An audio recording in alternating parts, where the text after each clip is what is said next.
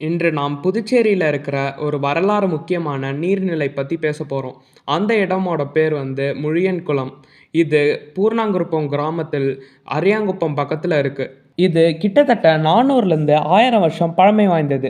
ஆனா காலப்போக்குல மெயின்டெனன்ஸ் இல்லாம அண்ட் என்க்ரோச்மெண்ட்ஸ் அதிகமாகி இந்த 2 ஏக்கர் குளம் மொத்தமா அழிஞ்சிடுச்சு. வெறும் குட்டையா மாறிடுச்சு. இதனால நம்ம ஊரோட கிரவுண்ட் வாட்டரும் உப்பு தண்ணியா மாறுற நிலைமைக்கு போயிடுச்சு.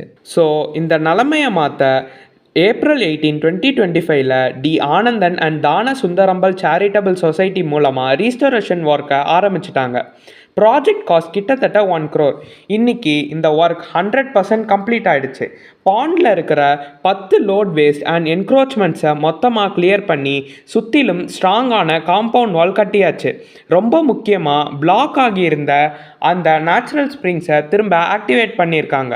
இந்த குளத்தோட கரண்ட் வாட்டர் ஸ்டோரேஜ் கெப்பாசிட்டி வந்து 5 crore liters. இந்த ரீஸ்டோரேஷன் மூலமாக பூர்ணாங்குப்பம் மட்டும் இல்லாமல் சுற்றிலும் இருக்கிற 18 வில்லேஜஸோட கிரவுண்ட் வாட்டர் லெவல் பெருசாக இம்ப்ரூவ் ஆகும்.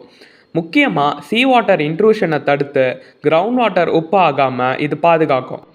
என்ஜிஓ அப்புறம் வில்லேஜ் மக்களோட கலெக்டிவாக ஃபண்ட் ரைஸ் பண்ணி இதை வேலையை முடிச்சிருக்காங்க.